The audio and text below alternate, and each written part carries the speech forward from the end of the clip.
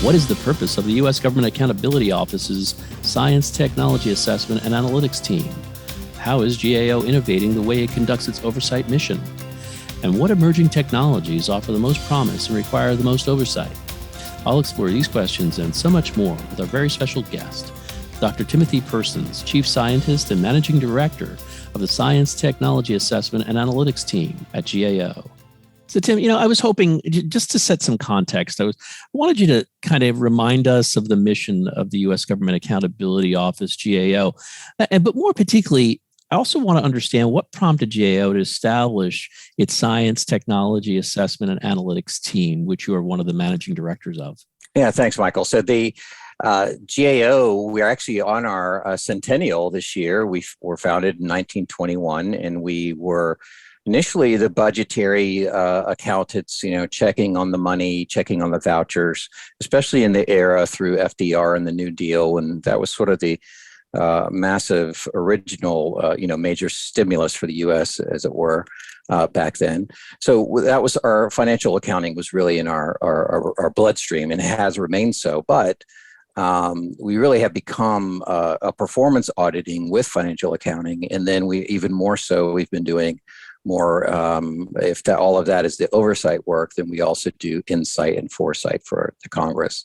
So let me explain what I mean by that. The GAO is one of the relatively few, we are the largest also, of the legislative branch agencies. And our job is to be that watchdog, that oversight. And so that's where we have extraordinary access into all things pertaining to the federal government and so on. And we work for all of the standing committees, and usually anywhere from 80, maybe up to 90% of the subcommittees of the Congress, House, and Senate.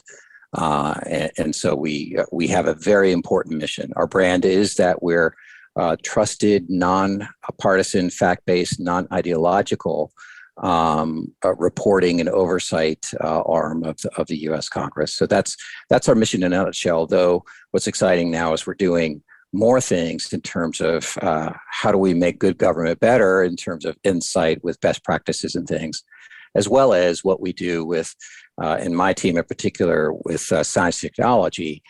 When you see how much science and tech is changing the world and around us today. So that really is pivoting to part two of your question, Michael, is what prompted us was that really GAO was starting to do science back in the 1960s and moving forward. And then a lot of the Department of Energy work, a lot of the defense work becoming, or our capabilities in the U.S. becoming more technical in nature, the rise of information technology systems. Science arrived at GAO really in the 70s alongside of when we started to do performance auditing, i.e. what am I getting for the money, not just where is the money going, but what am I getting for that, or what are the problems with this program, or what have you, really in the 70s. So that's the first factor. The second was in the mid-90s, there was the demise of a now defunct office, which was also in the legislative branch called the OTA, which stands for the Office of Technology Assessment, which was to advise Congress on S&T issues. And so really there's been, since that time, in many of people's minds, there's been a significant drought in science and technology capacity in the Congress. So that was the second reason. And then the third reason really is, as I was saying before, is that really we live in a day where, I picked up the paper today, and of course we're still in the midst of a public health emergency and a global pandemic.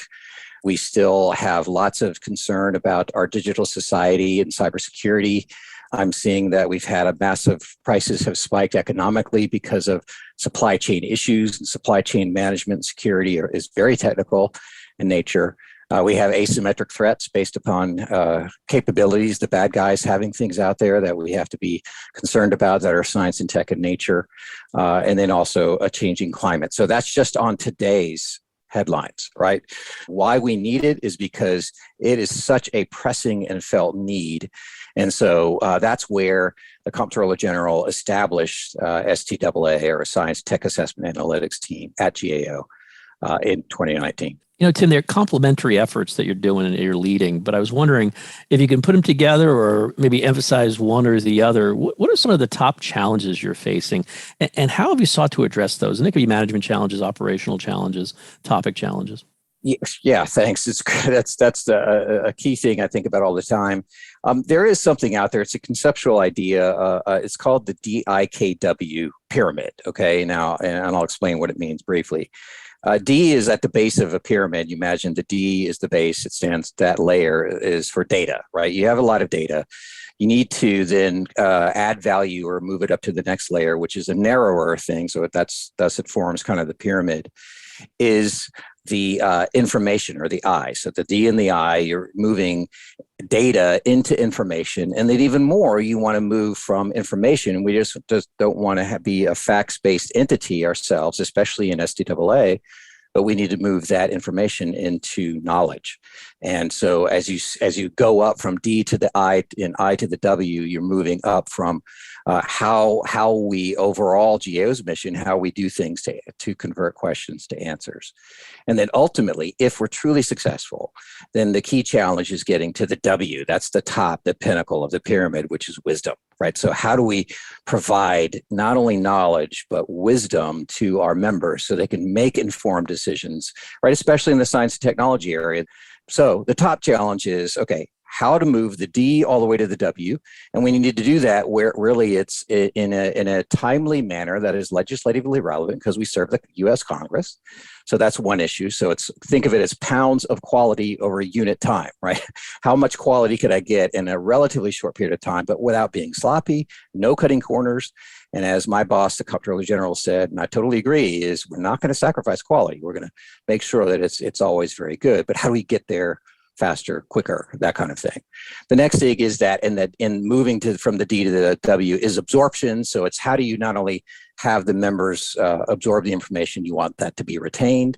And then you want to have really building, engaging, this is the people part of it, building, engaging, and maintaining a truly world-class operation. When really our competitors, especially in our innovation lab, where we're doing a lot of evidence-based policy making and data analytics. You know, Tim, I was wondering about your strategic priorities in either of your roles, but let's talk about the science, technology, assessment, and analytics team. Could you let us know what some of those core priorities, strategic priorities are for the year? And do they complement, or is there anything else you're doing as chief scientist? Yes. So I think the core priorities are really for the institution is that we've been leading, we SDAA within GAO, but for the benefit of all the committees and things like that. We're really in an era, Michael, of what I call AI for blank, right? AI is one of those general purpose technologies that, again, like a glacier, is reshaping the landscape of how we think about work, being task specific or task oriented, right? Being augmentation of humans versus a replacement, except replacement of really low value work that frankly we can do higher and better things with anyway. So to me, AI, I'm a cautious optimist about it because there's so much promise to it, though when properly implemented. Get the picture is that though fundamentally technology really do need to have sort of an ERM around AI for whatever, and that now includes the operationalization of a recent framework that we put out on AI accountability. This is to help overseers just ask the right questions. What are the key risks I need to focus on? It's not a prescriptive kind of thing. It's sort of in the mold of our best practices guides. We're just saying, here are the good things to do. The second is I mentioned the innovation lab, and the fact that we have a chief data scientist is really in earnest bringing about evidence-based policymaking to the Congress, but through GAO's trusted, non-partisan, fact-based, non-ideological way of doing business. So we are bringing about new advanced analytics capabilities, including as we push into machine learning systems or what have you. We have a crying need for a long time, been bipartisan, bicameral interest. And how do we have more evidence introduced in terms of our policy making? So that's a big piece that we're doing in the lab. That's the second big thing. And then the third area as chief scientist, one is that we just released a study on quantum technology. So this is really on quantum information science, quantum computing, and that includes both challenges to commercial crypto systems and things like that, or homeland security ones or what have you, but also the opportunities of that. What could be done with quantum systems, and how might we defend against them in the light of Shor's algorithm, the one that can break public key crypto systems at scale, right? That's the key thing. And then the last thing I'll just mention is really in decarbonization technologies, of course. Changing climate is a big concern. How do we manage carbon?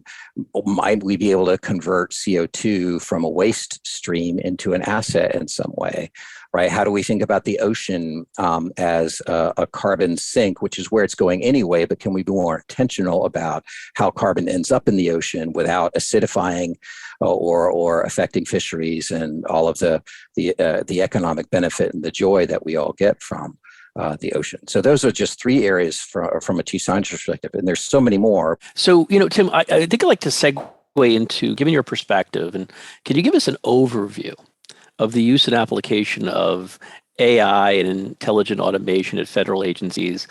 What's the reality versus like the fiction, if you will, and what does the future look like? Yeah, sure. Thanks. There is, I think, admittedly, still a lot of what I would call PowerPoint engineering out there. It's aspirational. It's not wrong. I think that we have to do that. So, talking about AI is different than doing AI, of course. And so, a lot of the learning is, of course, going to be by the doing and by being agile and iterating through and so on. What I'm seeing is that overall, I think the bottom line I'm seeing across the federal government is that we're in a very nascent state just about everywhere. We've taken the first baby steps along a 1,000-mile journey, but nonetheless, we're taking the steps. And I think in general, agencies know their mission, they know their problems, but how to marry up the new computational and algorithms and those sort of that design thinking is, I think, the new work. And that's I think, the heavier lift, in my opinion. DARPA had I thought, a nice framework for how to explain AI in relative maturity, because you have wave one AI are the rules-based systems, which are, we experience these like I do my taxes on tax software, right? That's a rules-based, the rules up front, the machine just interviews me, fills in the data for me, and then helps me out in various ways. But there's not a lot of, quote, thinking in the machine. It's not statistical, which is really wave two. Wave two is statistical approach to machine learning. And that's the harder part. That's where I don't see a lot of maturity. You did ask about intelligent automation, Michael, and I do see a lot. So the growth, I think, has been a lot in what's called RPA, the robotic process automation. And that is a significant win, because you're just taking a lot of stuff that it's like, why are we making a human do this work, right, when a machine could do it? And let that human focus on higher complexity things. Again, how do we push up toward the knowledge and wisdom portion of the pyramid? And I think that's going on. I think we're making lives a lot easier. I think there's so much of the government, Michael, that is services oriented. So it's really about digital services, and RPA is the first step. And I'm seeing a lot of really exciting things on that. But wave two is still coming. But I will say this, I've seen some innovation in places like the SEC marketing or monitoring the market at times. We've had our Department of Transportation. We have an element of it called the National Highway Transportation and Safety Administration, or NHTSA. That is the one that does the safety testing, the regulations and things for vehicles. And so obviously when we have these autonomous vehicles, there's a lot of testing that has to be done. And so we really are in the millions of miles of vehicles tested as of at least a year, 18 months ago was the last time I heard from an Assistant Secretary of Transportation. But I think we still have billions, we have 1,000 times that to get to where we really are comfortable with putting our kids in the autonomous vehicle, or, having our family driven somewhere, or whatever it is on that. So I'm seeing some things go on in the government in places that might surprise you, but do make sense. And they are getting a sense of that statistical machine learning wave two thing. Lastly, I'll just say DoD is doing a lot. They have a joint AI center. That center is still building, again, more of that means of production. But the JAIC has already been thinking about for the services, how do we utilize this to, cycle down the decision chain in terms of how they have to wage warfare, or how they detect threats and deter and do those sort of things. So it's an exciting future, but it does require a significant amount of change management, and a different way of thinking entirely about operations. So lots of work to go. Yeah, that's a great point. I want to turn a little bit inside to GAO, and I'm really interested in the effort of that you, I think, had were leading. Really, is the innovation lab. I was hoping you'd tell us more about the GAO's innovation lab. How is it being used to enhance your oversight capabilities, and to what extent are you in the lab subscribing to that iterative approach to innovating, and why is this sort of a different mindset in the federal government? Sure. So, great question. I'll talk about the lab itself is there to explore advanced analytic capabilities, and then also develop or leverage emerging technologies, which include things like digital ledger technologies, if you're familiar with blockchain, for example, as well as machine learning systems and so on for the future of oversight, right? We're trying to help enable that future GAO to do its job better, quicker, faster, again, with no diminishment of quality, but even potentially an enhancement of quality if possible, meaning just more incisive evidence-based policymaking. So that's the overall goal. The lab's job then is really to run in a DARPA-like framework. And DARPA is the Defense Advanced Research Projects Agency, but they were the pioneers and innovators behind things like stealth weaponry and the internet and night vision goggles and unmanned aerial vehicles, et cetera. So many things that DARPA did, right? But the way they did it is that they hired smart people, they put them in kind of the sandbox, and they had focused, developed efforts, but based upon a problem. It wasn't just let's research and try and cure something. It was more like, what is the problem I'm trying to do, and then apply it that way. And so the lab has already started that in earnest. One thing that we were proud to do, just in terms of this wasn't like the most advanced research, but what I'm saying is the result was Agile came out there. Was earlier this year we issued a report on Operation Warp Speed. I mentioned how we moved vaccine development from 10 years to 10 months. And the Congress had asked us specifically and said, look, there's so much money going into this program. We want GAO to do real-time oversight, was the key phrase. So what we said is, okay, we need to digitally dashboard this. We need to put it up. We need to have a 101 explain what kind of vaccines are out there, including the mRNAs, the messenger RNA vaccines. We need to say, here are the manufacturers, here's the relative technology readiness of this, here's where they are in production, here are the issues with manufacturing, just do all the sort of things. And that resulted in our Operation Warp Speed dashboard. But what was powerful about it was, Michael, we did that, got that solution up and running, not the content, but I mean, just running through the federal chief information officer, running through and obtaining the authority to operate. We did that and moved that from normally a 6 to 9 month process. We did it in 6 calendar days. So it was a rapid, and right now it just went the whole thing of, well, how do we get software in there as we move to cloud? How do we do that? And what if we can imagine trying to do, we have a project where we're sketching on the board. We're trying to say, what if you could do ATO in a day? Right. So, and that's going to be augmented heavily by automation and some of these things we talked about earlier. But that's really the kind of thing we're trying to say. What if you could really knock it down from this and have a 10x, 100x improvement, or a reduction in time, or a reduction in resources, and really have that agile, design-centered thinking. And I think the world can change. And we think it is changing, and we're excited. And by the way, we're just getting started. So we're looking forward to it. So, Tim, would you tell us more about GAO's efforts to digitally transform its operations, specifically, enhance its computing and processing power? And I'm really wondering, how do cloud-based analytics and AI factor into this strategy? Yes, thanks. Because we are looking, and we are in the middle of what we call our cloud journey. We are transforming. We've been digital, but we've been digital in sort of the on-prem world. What's exciting about cloud is, as you move to cloud, it sort of opens up and says, look, you really have the everything as a service buffet. And the mistake to make, this is the sort of the cultural transformation, is to say, the way I grew up in IT, like my generation of IT in the 80s and 90s and that kind of thing, is not the day of today. We don't just want to replicate the 80s and 90s architectures, for example, and make the same assumptions about cybersecurity, for example, as you go to cloud. So really, we're thinking about it's basically, let's break out the large whiteboards, maybe the whole wall. wall and start sketching out and say, what does digital transformation look like? What are we trying to do? And focus specifically on task-based type things that we can break down and execute on. Not everything is just throw it in the cloud and magic happens, right? This is all still done by design, which means you have to have design thinking. You have to have, again, that problem definition type way of doing things. But it's very exciting because as you move computing into, buying racks and stacks and, unit numbers of boxes or what have you, now you're buying sort of cloud computing by the pound, as it were. You have the software as a service capabilities, which just opens up a massive buffet where you don't have to predetermine so many things. It's a commodity type structure. So that invokes new acquisition thinking.